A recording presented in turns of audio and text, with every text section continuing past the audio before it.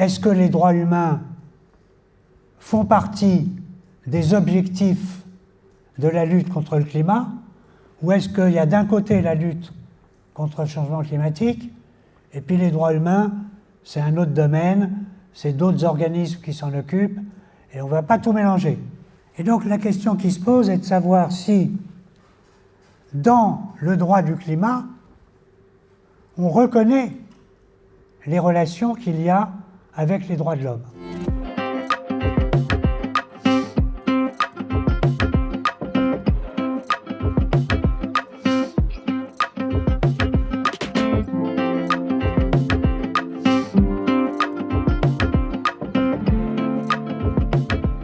Déjà, ça commençait mal, parce que dans la Convention climat de 1992, qui est la Convention mère générale, qui date de Rio 1992, dans la Convention de 92, sur le climat, il n'y a pas un mot sur les droits humains, pas un mot. Donc ça veut dire que c'est totalement ignoré en 92. On pense que c'est un problème scientifique, mais on ne pense pas que ça va avoir des effets sur l'homme. Et c'est seulement progressivement, et après 92, que les droits de l'homme vont enfin faire partie de la préoccupation climatique. D'abord, grâce au Conseil des droits de l'homme à Genève, qui est l'organisme des Nations Unies, comme son nom l'indique, spécialisé sur les droits de l'homme, et le Conseil des droits de l'homme à Genève, depuis 2008, tire la sonnette d'alarme en disant il y a un problème de rapport entre droits de l'homme et climat, mais c'est après seulement lors de la COP 16 sur le climat, la COP de Cancun en 2010, que pour la première fois, en 2010, les États mentionnent les droits de l'homme dans les textes relatifs au climat. Et il y a une résolution approuvée par la réunion des États à Cancun en 2009, et cette résolution dit les parties, ça veut dire les États qui ont signé la Convention climat, les parties devraient respecter les droits de l'homme dans toutes les mesures ayant trait au changement climatique. Alors les juristes remarqueront tout de suite l'utilisation du verbe « devrait » et le temps dans lequel le verbe « devoir » est utilisé. Dans les conventions internationales, les juristes sont très attentifs au vocabulaire. Alors ça se négocie en anglais. Mais en anglais, quand on veut qu'il y ait une obligation, on dit « shall ». Les États doivent. The state shall. Ou bien on dit « should ». En anglais, ça veut dire « devrait ». Donc entre « shall » et « should », il y a une différence énorme au plan juridique entre une obligation juridique impérative, « shall », et « should », une possibilité, une option. Et comme par hasard, les États ont mis « should » pour pas que ça soit totalement obligatoire, que ça soit simplement une possibilité. Donc on voit déjà la peur et la réticence des États à intégrer les droits de l'homme dans le changement climatique. À l'accord de Paris, en 2015, de nouveau les droits de l'homme sont venus sur la table. Là, heureusement, ce n'était pas simplement une résolution d'une COP, c'était dans le traité Accord de Paris, dans le traité lui-même, qui a été négocié, qui a été signé et ratifié. Et c'est dans le préambule du traité, pas dans le corps des articles, dans le préambule, qu'il est déclaré au paragraphe 11 que les États sont conscients que les changements climatiques sont un sujet de préoccupation pour l'humanité tout entière, ça c'est la belle formule juridique pour dire que ça intéresse tout le monde, préoccupation pour l'humanité tout entière, et que dès lors, les parties devraient respecter et promouvoir les droits de l'homme. Encore chaude. Et donc il y a chaude à Cancun et il y a chaude à l'accord de Paris. Donc 2 fois, les parties disent les droits de l'homme c'est bien, mais pas trop, un petit peu seulement. Alors comment ceci va pouvoir se traduire dans un certain nombre de domaines particuliers où les droits de l'homme vont être directement interpellés. Et je vais en présenter simplement 3. D'abord sur le thème qui a été évoqué dans l'encyclique du pape sur les déplacés climatiques et plus généralement les déplacés environnementaux. C'est-à-dire les personnes qui sont obligées de quitter leur domicile, non pas volontairement, mais de façon forcée, soit parce qu'il y a l'élévation du niveau de la mer, soit parce qu'il y a inondation, soit parce qu'il y a un phénomène climatique qui les oblige de quitter leur lieu de vie. Alors, les scientifiques ont bien montré qu'il allait avoir dans l'avenir de plus en plus de personnes qui vont être obligées de quitter leur habitation à cause de toutes les catastrophes résultant des changements climatiques. Et donc, la question se pose de savoir est-ce que ces victimes du climat vont bénéficier des droits de l'homme comme toutes les personnes partout ailleurs dans le monde. Et on va constater qu'il n'y a pas de droits de l'homme spécifiques applicables aux victimes des changements climatiques. Alors bien entendu, ils ont droit à tous les droits de l'homme comme tout le monde. Mais il n'y a pas des droits adaptés aux circonstances qu'ils subissent, qui sont avant, pendant et après la catastrophe. Et il va y avoir, ici même à Limoges, en 2009, un colloque sur les catastrophes écologiques et le droit. Et nous avions en 2009, avec les collègues ici même, discuté sur les effets des catastrophes sur les droits de l'homme. Et on avait constaté ce vide juridique par rapport au climat.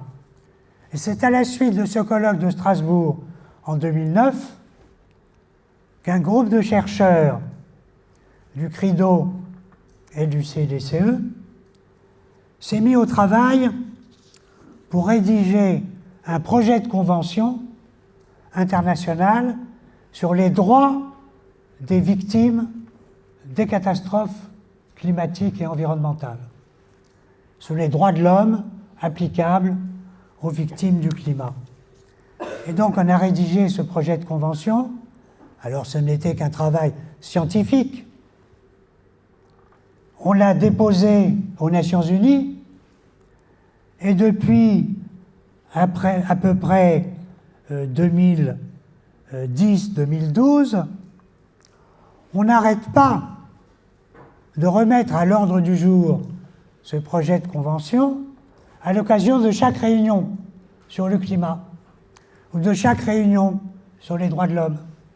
Et compte tenu de l'évolution du problème et de l'évolution des droits en la matière, ce groupe de travail vient de mettre à jour ce projet de convention sur les déplacés climatiques, et donc il y a une version 2025, auquel je vous renvoie, qui est sur le site du CDCE, une version 2025 du projet de convention sur les déplacés environnementaux et climatiques. Alors, pourquoi il y a un vide juridique? Parce que l'ONU et les États n'ont pas pris à bras-le-corps ce sujet, en dépit de plusieurs initiatives. Il y a eu plusieurs documents qu'on appelle en droit international de droit mou, de soft law, c'est-à-dire qui ne sont pas obligatoires, mais qui sont approuvés par des instances de l'ONU, mais pas approuvés par les États, notamment sur les déplacés internes victimes de catastrophes, c'est-à-dire les personnes qui sont obligées de quitter leur habitation et qui vont dans un autre endroit, mais dans leur propre État, mais qui sont victimes d'une catastrophe. C'est des déplacés internes. Alors eux aussi, ils ont droit à des droits de l'homme. Et il y a un texte de l'ONU sur les droits des déplacés internes. Mais ce n'est pas un texte obligatoire. Et puis, en 2019, les principes de Nansen a adopté des textes sur les déplacés externes, c'est-à-dire les personnes qui, à cause d'une catastrophe, sont obligées de franchir une frontière. Alors évidemment, pour eux, la protection de leurs droits est plus compliquée, puisqu'ils sont dans un État étranger. Alors on sait qu'en droit international, il y a des réponses pour les personnes qui franchissent une frontière et qui sont victimes de leurs droits. C'est les réfugiés. Et qu'il y a une convention internationale sur les réfugiés. La Convention de Genève de 1951. Mais la Convention de Genève de 1951, elle s'applique aux réfugiés politiques et pas aux réfugiés écologiques et aux réfugiés climatiques. Et donc, elle ne s'applique pas, la Convention de Genève, aux réfugiés climatiques et aux réfugiés environnementaux. Et par conséquent, c'est bien pourquoi il y a un vide juridique, puisqu'il faudrait modifier la Convention de Genève, ce n'est pas à l'ordre du jour, et que par conséquent, la seule solution, c'est d'adopter une nouvelle convention spéciale pour les réfugiés environnementaux et climatiques. Ça, c'est le premier grand problème, droits de l'homme, non résolu et à résoudre. Alors, au sein de la Convention climat, il y a un mécanisme juridico-politique qui est censé commencer à réfléchir et à répondre à ce problème. C'est le mécanisme qui s'appelle perte et préjudice, en anglais loss and damage. Perte et préjudice, c'est un mécanisme qui a été inventé par les États à la COP19 à Varsovie. Il s'appelle le mécanisme de Varsovie sur les pertes et préjudices. Et à partir de 2019, dans toutes les réunions sur le climat, il y a un comité spécial pertes et préjudices qui, entre les COP, a travaillé sans arrêt et qui rédige des rapports et des papiers et qui étudie les conséquences du climat au niveau pertes et préjudices, à la fois pour les États, à la fois pour les personnes.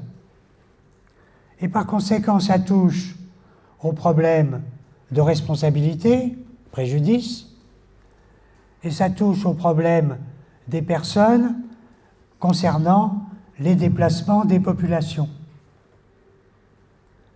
Mais c'est seulement en 2015 qu'une équipe spéciale a été mise en place à l'ONU pour le déplacement des populations. Et donc, au sein de ce groupe pertes et préjudices, il y a maintenant une équipe spéciale déplacement des populations, seulement depuis 2015.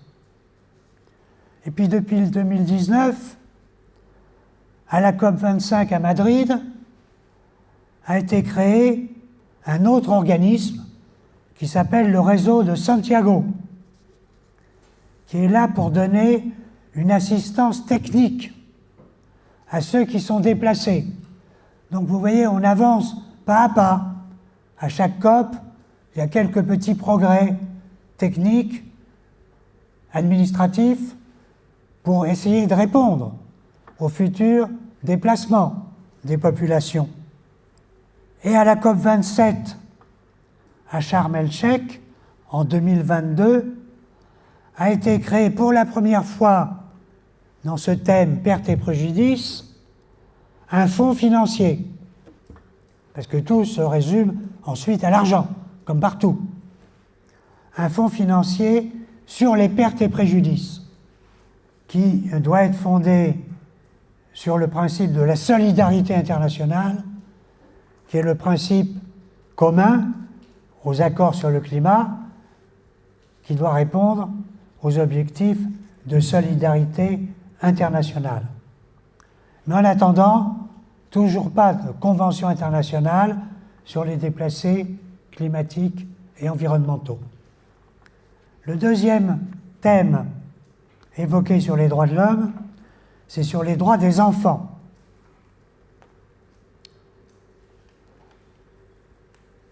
Climat et enfants. Le premier traité international qui s'est occupé de l'effet sur les enfants des catastrophes, c'est un traité africain, la Charte africaine sur le droit des enfants de 1990, et qui mentionne la nécessité de prendre des mesures spéciales pour protéger les enfants contre les catastrophes. Et puis après, c'est seulement à partir des années 2015 que le Haut Commissariat aux droits de l'homme, qui est un organe de l'ONU à Genève, le Haut Commissariat aux droits de l'homme a fait le lien pour la première fois entre changement climatique et droits des enfants, dans un rapport de 2017.